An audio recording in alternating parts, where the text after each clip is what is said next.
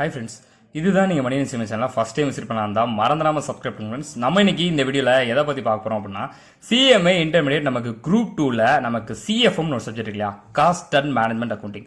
இதில் பார்த்தீங்க அப்படின்னா நமக்கு இந்த மார்ஜினல் காஸ்டிங் இந்த மாதிரி இருக்கு இல்லையா, அதில் ஒரு மார்ஜினல் காஸ்டிங்னால இம்பார்ட்டன்ட்னா அதில் குரூப் 1க்கு கூட ஓகே, இந்த குரூப் 2ல கொஞ்சம் ட்விஸ்ட் பண்ணி கேட்கறாங்களா ப்ரோ, அதெல்லாம் எப்படி பண்றேன்னு நிறைய பேர் டவுட் கேட்டாங்க. அதுக்காகத்தான் நான் என்ன பண்ணிருந்தேன் அப்படின்னா, பாசியர் கொஸ்டின் பேப்பரை இன்னைக்கு ஒர்க் அவுட் பண்ணலாம்னு சொல்லிட்டு ஒரு பிளான் இருந்தேன் ஃப்ரெண்ட்ஸ். ஓகேவா? ஸோ இது பாத்தீங்க அப்படின்னா இந்த சம் இன்னைக்கு நீங்க நல்லா இந்த வீடியோ ஃபுல்லா பாத்தீங்கன்னா உங்களுக்கு 6 மார்க் ஆக்சுவலா கிடைக்குது. ஓகேவா? இது பாத்தீங்க அப்படின்னா நமக்கு December 2019 attempt friends. Okay, December 2019 2ல ஏ. இதுல ஸ்டார்ட் பண்றதுக்கு நான் சொல்லிடுறேன், இது என்ன இதுன்னு பாத்தீங்க அப்படின்னா மார்ஜினல் காஸ்டிங். ஸோ எம்சி அப்படின்னு சொல்லி எழுதிக்கிறேன், சரியா? CFM subject, actually CFM subject. இப்போ என்னன்னு பாத்தீங்க அப்படின்னா, Rixon limited manufacturing company provides the following details for the year 2018 friends. Sales 16,000 unit, அப்போ 16 lakh rupees. அப்போ 16,000 யூனிட் சேல்ஸ் பண்றாங்களா, டோட்டல் அமௌண்ட் 16 lakhs அர்த்தம் ஃப்ரெண்ட்ஸ், சரியா? இது எக்ஸ்பென்சஸ், அதாவது செலவுகள். மொத்தம் பாத்தீங்கன்னா 17,60,000. இதுல பிக்சட் எக்ஸ்பென்சஸ் ஒரு 8 lakh அப்படிங்கிறாங்க. அப்ப என்ன இருக்குன்னா நெட் லாஸ். சேல்ஸ் பண்ணது 16 lakh, செலவானது 17,60,000. So loss. இந்த மேனேஜர் என்ன பண்றாங்கன்னா, believes that an increase of ஒரு அட்வர்டைசிங் காஸ்டிங்ல எக்ஸ்ட்ரா, நான் என்ன நினைக்கிறேன்னா, நம்ம அட்வர்டைஸ்மெண்ட்டுக்கு ஒரு சில எக்ஸ்பென்சஸ் நம்ம போடுவோம், அடிஷனலா போட்டோம்னா நமக்கு இன்னும் கொஞ்சம் சேல்ஸ் இன்க்ரீஸ் ஆகும்ல. லைக் எந்த மாதிரி சொல்றதுன்னா, நம்ம பிசினஸ்ல இன்னும் கொஞ்சம் இந்த சேல்ஸ் சொல்லுவாங்களப்பா, சேல்ஸ் என்ன பண்றதுன்னா, அட்வர்டைஸ்மெண்ட் ஆடு கொடுத்துட்டோம்னா நிறைய பசங்க நம்ம பக்கம் இன்னும் வருவாங்கன்னு சொல்லிட்டு அந்த மாதிரி பண்றது. ஓகேவா? ஸோ அது போட்டுட்டு ஒரு சில விஷயங்கள் நம்ம கால்குலேட் பண்ண போறோம். First calculate PV ratio and break and sales. நம்ம நார்மலா ஸ்டெப் பை ஸ்டெப்பாக பார்ப்போம். முதல்ல என்ன சொல்லியிருக்காங்க, கால்குலேட் பிவி ரேஷியோவா. ஸோ பிவி ரேஷியோட ஃபார்முலா உங்க எல்லாருக்குமே நார்மலா தெரிஞ்சது. பிவி ரேஷியோ ஈக்குவல் டு என்ன formula, contribution divided by sales into 100. இதுதான் நார்மல் ஃபார்முலா ஃப்ரெண்ட்ஸ். ஓகேவா? ஸோ கான்ட்ரிபியூஷனா என்ன, C equal to contribution equal to sales minus variable cost. அப்படிதானே friends, sales minus variable cost. அப்ப சேல்ஸ் எவ்வளவு அப்படின்னு சொல்லி பாத்தீங்க அப்படின்னா 16 lakh சம்ல இருக்கு பாத்தீங்களா. சேல்ஸ் எவ்வளவு இருக்கு, 16 lakh. வேரியபிள் காஸ்ட் எவ்வளவு நமக்கு தெரியுமா? ஆமா தெரியும், பாருங்களேன்.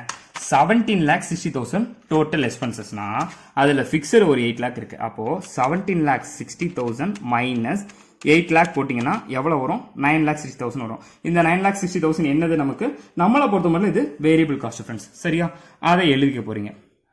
அப்ப ரெண்டையும் மைனஸ் பண்ணி பாருங்க, நமக்கு ஒரு நல்லா பார்த்தோம் அப்படின்னா 6,40,000 நமக்கு வருது. இந்த 6,40,000 என்னன்னு சொல்லி பாத்தீங்கன்னா கான்ட்ரிபியூஷன் அப்படின்னு சொல்லி சொல்றாங்க. 6,40,000 அப்படிங்கிறது கான்ட்ரிபியூஷன் அப்படிங்கிறாங்க. ஸோ அப்படியே பாக்ஸ் போட்டுக்கோங்க, கான்ட்ரிபியூஷன் இஸ் ஈக்குவல் டு. ஓகேவா? இப்போ நெக்ஸ்ட் நமக்கு என்ன தேவை, பிவி ரேஷியோ வேணும். பிவி ரேஷியோ வேணும்னா என்ன பண்ணணும், முதல் கான்ட்ரிபியூஷன் எழுதணும், டிவைடட் பை சேல்ஸ் எவ்வளவு, சம்ல ஆக்சுவலா இருக்கு 16 lakhs இருக்குது, அதை அப்படியே நீங்க எழுத போறீங்க. இன்டூ என்ன பண்ணணும், 100. ஃபர்ஸ்ட் பார்க்கலாமா, 6,40,000 டிவைடட் பை 16 lakhs இன்டூ 100 போட்டீங்கன்னா 40% வரும். இந்த இடத்துல அப்படியே எழுதிச்சுக்கோம், 40%. அப்போ பாக்ஸ் போட்டு அப்படியே முடிச்சிடுறீங்க friends. PV ratio is equal to அப்படின்னு சொல்லி முடிச்சிடுறீங்க, சரியா? ஸோ ஃபர்ஸ்ட் இது முடிச்சாச்சு. ரெண்டாவது என்ன கேட்குறாங்க, பிரேக் ஈவன் சேல்ஸ் அப்படிங்கிறாங்க. பிரேக் ஈவன் சேல்ஸ்னா நமக்கு நார்மலாக தெரியும், அதோட ஃபார்முலா என்ன, break even sales is equal to fixed cost divided by PV ratio. அப்போ ஃபிக்ஸட் காஸ்ட் எவ்வளோன்னு தெரியணும் இல்லையா, எவ்வளோ ஃபிக்ஸட் காஸ்ட் சம்ல இருக்கு பாருங்க. டோட்டலா 17,60,000, இதுல 8 lakh பிக்ஸ்டு. அப்ப இந்த 8 lakhங்கிறது என்னது, பிக்ஸ்டு. ஓகேவா? அப்ப அந்த 8 lakh எழுதுறீங்க, டிவைடட் பை என்ன பண்றீங்க அப்படின்னா பிவி ரேஷியோ. பிவி ரேஷியோ எவ்வளோ, 40%. இந்த இடத்துல பிவி ரேஷியோ போட்டுட்டு வரக்கூடியத பிரேக் ஈவன் சேல்ஸ் அப்படின்னு சொல்லி எழுதிடுறீங்க. எப்படி நம்ம ஆக்சுவலா அப்படியே இந்த எழுதிட முடியாது, வர்றத பிரேக் ஈவன் சேல்ஸ் சொல்லி எழுதிட முடியாது. என்னன்னு சொல்லி பாத்தீங்க அப்படின்னா, பிரேக் ஈவன் சேல்ஸ்ல அந்த ஒரு இடத்துல ஒன்று இருக்கு பாத்தீங்களா, இது பிக்சட் காஸ்ட். ஓகே, அவங்க சம்பளம் கொடுத்துருக்காரு. இதுக்கப்புறம் ஒரு எக்ஸ்பென்சஸ் இருக்கு பாருங்களேன். த மேனேஜர் என்னது, அட்வர்டைசிங். அட்வர்டைசிங் அப்படிங்கிறது பிக்சடு. So 4 lakhs. அப்போ எவ்வளவு போடணும் ஃப்ரெண்ட்ஸ், 12 lakhs. பாருங்களேன், 8 lakh பிளஸ் 4 lakh. ஓகேவா? அப்ப 8 lakhs பிளஸ் 4 lakhs அப்படின்னு சொல்லி போட்டுட்டு இது டிவைடட் பை என்ன பண்றீங்க அப்படின்னா 40%. இந்த பெர்சன்டேஜ் அப்படியே பிரஸ் பண்ணணும், சரியா? எவ்வளவு வந்திருக்கு, 30 lakhs வந்திருக்கு. அப்போ rupees 30 lakhsங்கிறது என்னது, பிரேக் ஈவன் சேல்ஸ், சரியா? இதுதான் ஃப்ரெண்ட்ஸ். ஓகே, ஸோ ஃபர்ஸ்ட் இது முடிச்சிட்டீங்க. எவ்வளோ மார்க் உங்களுக்கு கிடைச்சிருக்கு, 2 மார்க்ஸ் கிடைச்சிருக்கு. ஓகேவா? இந்த வீடியோ இப்போ வரைக்கும் பார்த்துருக்கு உங்களுக்கு 2 மார்க்ஸ் கிடைச்சிருக்கு. இது contribution divided by sales into 100. Contribution வேணும்னா sales minus variable cost. Sales சம்ல இருக்குது. இது எப்படி கிடைச்சிச்சு? இதையும் மைனஸ் பண்ணா கிடைச்சிச்சு PV ratio. Contribution divided by sales into 100 PV ratio. Break even சேல்ஸோட formula fixed cost divided by PV ratio. Fixed cost சம்ல இருக்குது பிளஸ் அடிஷனலா ஒன்று இருக்கு, அதையும் ஆட் பண்ணி போட்டேன்னா எல்லாமே கிடைச்சிடுது. ஓகேவா? ஸோ சம்ல என்ன சொல்றாங்க பாருங்களேன். நெக்ஸ்ட் what additional sales எவ்வளோ நமக்கு will be required இருக்கும் to offset that increase in advertising outlays. இந்த advertising outlay ஒரு விஷயம் பண்றோம் இல்லையா, அதனால additional sales நமக்கு எவ்வளோ required அப்படிங்கிற மாதிரி ஒரு இது கேட்குறாங்க. ஓகேவா? அப்ப அது எவ்வளவா இருக்குன்னு சொல்லிட்டு நம்ம பார்க்க போறோம் ஃப்ரெண்ட்ஸ். ஓகேவா? எவ்வளவு required அப்படின்னு சொல்லி நம்ம பார்க்க போறோம். ஓகேவா? ஸோ அதில் செகண்ட் பாயிண்ட் சொல்லி போட்டுட்டு additional sales volume அப்படின்னு சொல்லி போட்டுக்கிறோம். additional சேல்ஸ் வால்யூம் அப்படின்னு சொல்லி நான் எழுதிக்கிறேன். சரியா? இதுல என்ன பண்றேன் அப்படின்னா ஃபர்ஸ்ட் ப்ரொபோஸ்டு எக்ஸ்பெண்டிச்சர் ஒன்று எழுதணும். சரியா? ப்ரொபோஸ்டு எக்ஸ்பெண்டிச்சர் அப்படின்னு சொல்லிட்டு நான் ஃபர்ஸ்ட் எழுதிக்கிறேன்.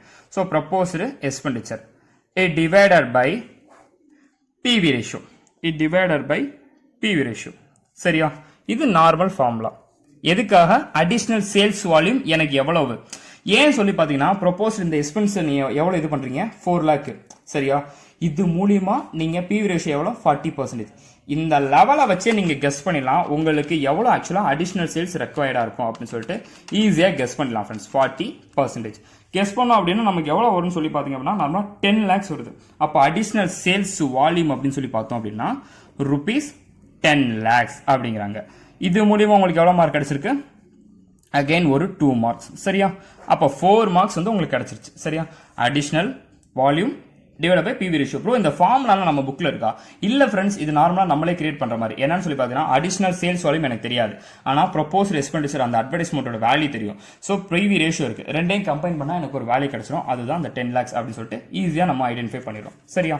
அதுக்கப்புறம் பாருங்களேன், what should be selling price per unit if the break even is brought down to 20,000 units.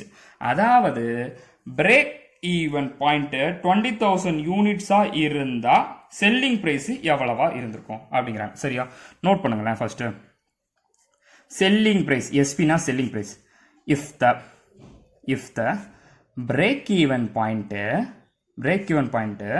20,000 யூனிட்ஸா இருந்தா என்னவா இருந்திருக்கும் அப்படிங்கிற மாதிரி. சரியா? ஸோ அதுக்கும் ஒரு ஃபார்முலா, நார்மலா ஃபார்முலா, நம்ம நார்மலா ஃபார்முலா தான் friends. Break even points equal to fixed cost divided by PV ratio போடுவீங்க. ஆனால் இதில் போட முடியாது. ஏன்? Because units. So break even point is equal to என்ன பண்றோம்னா fixed cost divided by contribution அப்படின்னு மட்டும் போடுறீங்க. சரியா? அப்ப ஃபிக்ஸட் காஸ்ட்னா எங்க பாருங்க? ஃபிக்ஸட் காஸ்ட்னா எங்க இருக்கு?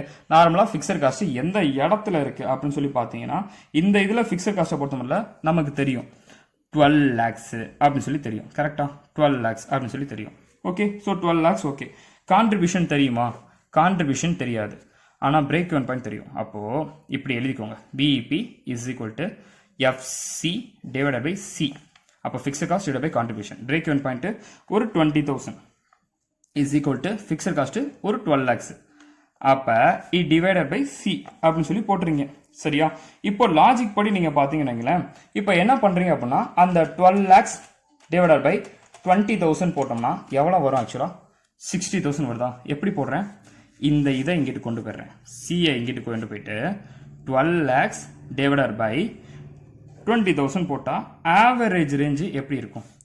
60 கிடைக்குமா? கான்ட்ரிபியூஷன் 60 நமக்கு கிடைக்குமா? அப்போ நல்லா பாருங்களேன், 60 நமக்கு கிடைக்குது, 60 கிடைக்குது, கான்ட்ரிபியூஷன்ங்கிறது 60. அப்ப இப்ப பாருங்களேன், கான்ட்ரிபியூஷன் 60 கிடைச்சிருச்சு, சிங்கிறது எனக்கு 60 கிடைச்சிருச்சு. இப்போ எனக்கு என்ன தேவை? செல்லிங் தேவை. ஸோ அந்த செல்லிங்கிற ஒரு விஷயத்த நான் எப்படி கால்குலேட் பண்ணலாம்? அப்படின்னு சொல்லி பார்த்தீங்க அப்படின்னா ஆக்சுவலாக இதை வந்து நம்ம ஒரே ஒரு லாஜிக் படி எடுத்துக்கிறோம். S minus V equal to C அப்படின்னு சொல்லி எடுத்துக்கிறேன். அதாவது சேல்ஸ் அப்படிங்கிறத நான் ஒன்று எடுத்துக்கிறேன். சரியா? சேல்ஸ் அவங்க என்ன சொல்றாங்க? நார்மலா கான்ட்ரிபியூஷன்ங்கிறது 12 lakhs தானே. அப்போ நார்மலா sales minus variable cost is equal to contribution. அப்போ இந்த கான்ட்ரிபியூஷன் இந்த இடத்துல 60 எழுதிடுறேன்.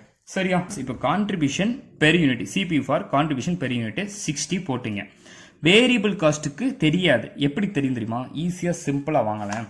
நீங்கள் வேரியபிள் காஸ்ட் நம்ம ஃபைண்ட் அவுட் பண்ண முடியா பாருங்க. அதை வேரியபிள் காஸ்ட் எங்கே இருக்குது, இந்த இருக்குது. எவ்வளோ, 9,60,000. ஓகேவா, அதை போடுங்க. 9,60,000 என்னது, ருப்பீஸ். நமக்கு தேவை என்ன, யூனிட்ஸ் தேவை. சேல்ஸ் ஆக்சுவலாக எவ்வளோ பண்ணீங்க, 16,000 யூனிட். சரியா, அதாவது 9,60,000 டிவைடட் பை 16,000 யூனிட்ஸ். இதை டிவைட் பண்ணால் நமக்கு என்ன கிடைக்கும், ஒரு யூனிட்டோட கிடைக்குமா, பெர் யூனிட்டுக்கு கிடைக்குமா, எவ்வளவு, 60. சரியா, இந்த 60 என்ன பண்ணுறீங்கன்னா இந்த இடத்துல எழுதிக்கோங்க. இப்போ ஈஸியாக ஃபைண்ட் அவுட் பண்ணிடலாம்.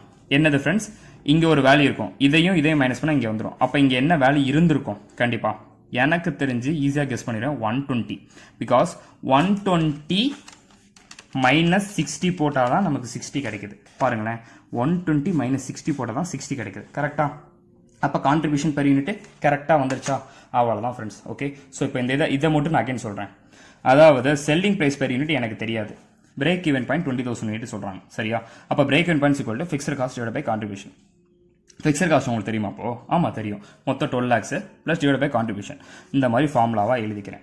சி இங்கிட்டு வந்துடுது, இது அங்கிட்டு போயிடுது. கான்ட்ரிபியூஷனோட வேல்யூ கிடைச்சிருச்சு.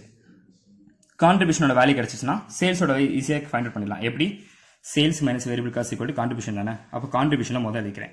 வேரியபிள் காஸ்ட் வேல்யூ தெரியாது, தெரியலனா என்ன பண்ணுறேன், அந்த 9,60,000 variable cost total cost divide by units அப்படி சொல்லி போட்டேன்னா 60 வந்துடுது. அந்த 60 இங்கே போடுறேன். இதை போட்டேன்னா செல்லிங் ப்ரைஸ் அப்படின்னு சொல்லி போட்டுட்டு 120 போட்டுட்டேன்னு வைங்களேன், அவ்வளோதான் ஃப்ரெண்ட்ஸ் எனக்கு முடிஞ்சது. சரியா, ஆன்சர் இப்போ ஒரு 2 marks உங்களுக்கு கிடச்சிருச்சு. இப்போ ஒரு 2 marks கிடச்சிருச்சு.